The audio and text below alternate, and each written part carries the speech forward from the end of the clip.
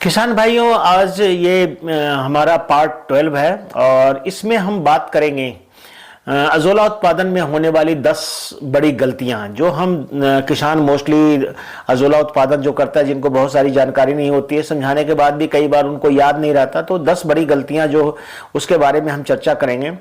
और आप देख रहे हैं हमारा यूट्यूब चैनल फार्मिंग, और अगर आप अजोला उगा रहे हैं और फिर भी अजोला पीला हो रहा है, बदबू आ रही है, उत्पादन कम हो रहा है, तो यकीन मानिए कहीं ना कहीं कुछ गलतियां तो हो ही रही है। तो आज के इस वीडियो में हम बात करेंगे अजोला उत्पादन में होने वाली आम लेकिन बड़ी गलतियों के बारे में, और ये गलतियों को जानना हमें बहुत जरूरी है। दोस्तों, अजोला फार्मिंग आसान है लेकिन लापरवाही इसमें बिल्कुल नहीं करनी चाहिए। 90% किसान असफल इसलिए होते हैं क्योंकि भी छोटी छोटी गलतियों को नजरअंदाज कर देते हैं। चलिए एक एक गलती के बारे में थोड़ी हम बात कर लेते हैं। अगर गलत स्थान का चुनाव कर लिया, जैसे आपने टैंक बनाते समय, स्थापित करते समय गलत स्थान का मतलब होता है कि आपने ऊबड़ खाबड़ या समतल जमीन का चुनाव नहीं किया। दूसरा, बहुत तेज धूप में अजोला को रखा, जहां अंधेरे या बिल्कुल अंधेरे में छायादार स्थान में रखा। तो ये गलतियां हम शुरुआत में कर देते हैं। तो सही तरीका इसका है कि आधी धूप आधी छाया या पेड़ के शेड के नीचे इसको रखना चाहिए, नहीं तो शेड नेट इसके ऊपर जरूर लगाइए। गलती नंबर 2, अगर हम बात करें तो बहुत गहरा पानी कभी नहीं भरना चाहिए। इसमें 8 से 10 सेंटीमीटर पानी बहुत सही है इसके लिए, उससे ज्यादा पानी देने की आवश्यकता नहीं होती है। लोग कई बार सोचते हैं कि ज्यादा पानी देंगे तो ज्यादा उत्पादन होगा, ऐसा बिल्कुल नहीं है। अजोला के केस में हकीकत यह है कि ज्यादा गहराई से अजोला कमजोर हो जाता है और अजोला का उत्पादन है उसका बढ़वार भी कम हो जाता है। आदर्श जो गहराई है वो करीब करीब 5 से 10 सेंटीमीटर, मैंने आपको बताया, यही होना चाहिए। गलती संख्या 3, रोज कटाई नहीं करना। कई बार अजोला को हम रोज नहीं काटते हैं या सोचते हैं कि 3 दिन 4 दिन के बाद हम काटेंगे। ऐसा नहीं, इसकी प्रतिदिन इसको कम से कम, अगर एक बार उत्पादन शुरू हो गया तो आधा किलो से 1 किलोग्राम आप अजोला अपने जरूरत के अनुसार जरूर निकालिए।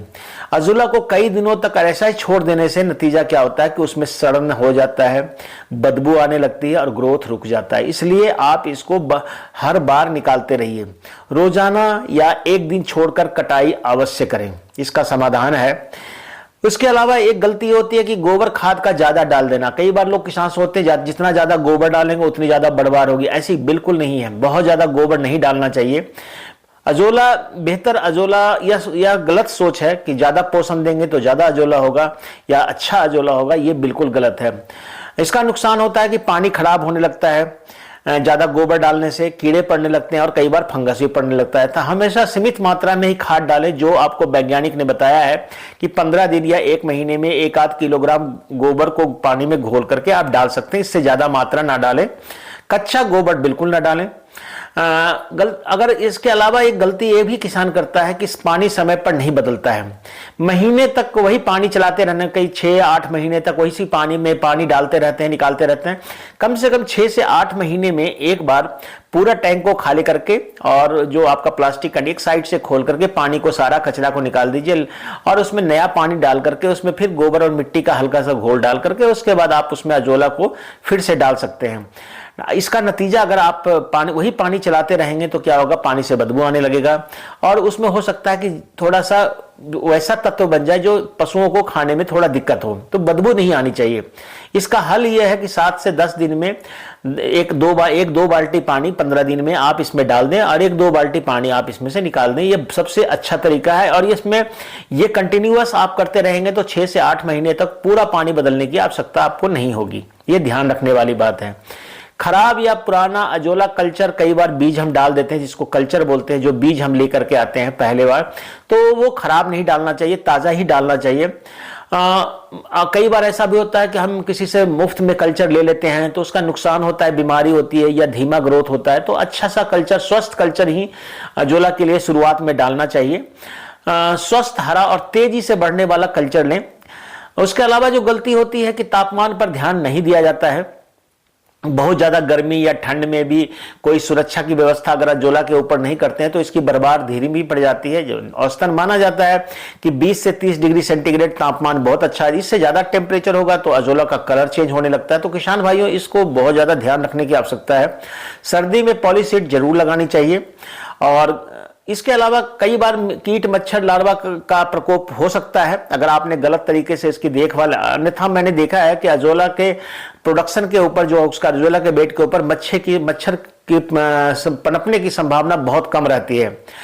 तो सबसे इसका समाधान यह है कि पानी को बदलते रहें, और नीम आधारित, नीम का जो तेल आता है या नीम का पेस्टिसाइड आता है जिसको हम नीम का तेल भी बोलते हैं या अजाडिरेक्टिन वगैरह बोलते हैं, तो उसका भी छिड़काव कर सकते हैं। उसको पशुओं को अगर उस चारे को खाता है तो उसको कोई फर्क नहीं पड़ता। कोई भी केमिकल दवाई या कीटनाशक का प्रयोग ना करें। बदबू आने पर भी उत्पादन लेते रहना, यह भी हमारी बहुत बड़ी गलती है। अजोला पशुओं को खिला देना, बदबूदार अगर हो जाए तो अजोला पानी टैंक को साफ कर दीजिए और नया कल्चर उसमें डाल दें ला करके।